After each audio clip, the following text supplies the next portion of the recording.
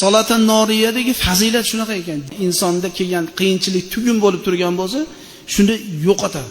Wa min al-khawas sahihati al-mujarrabati qira'atu as-salati an-nariyati at-tadrijiyya 'ala al-marid wa 'ala al-masru' wal-majnun fa inna Alloha yashfihi bi barakati hadhihi as-salati al-kamilati was-salami at-tamma debdilar.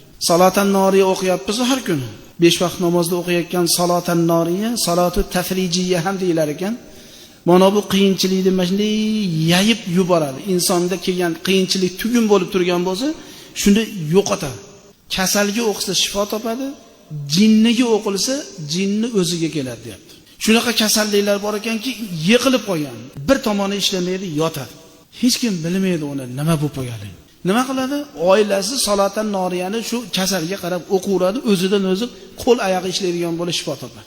Salatan noriyadagi fazilat shunaqa ekan. Jinnini o'nglab qo'ysa, majnun tozalansa, kasal shifo topsa, shol odamga Alloh shifo beradigan bo'lsa, siz men biz salatan noriyani o'qib, o'rganib, yodlab yurganda-yu turganda harakatimiz shundan bo'lsa, Xudo xolasa hayotimiz ham go'zal bo'ladi.